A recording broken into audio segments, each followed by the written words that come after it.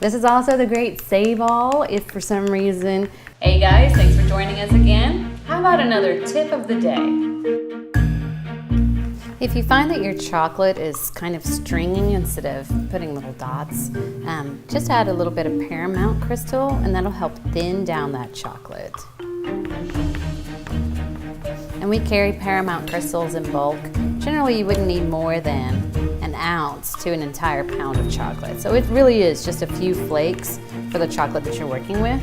And you'll want to stir this in really well. And you can already see that chocolate loosening up.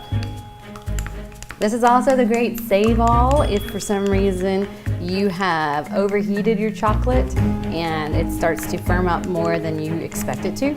So you can't use it in the molds like you would want. Then the Paramount crystals loosens it back up.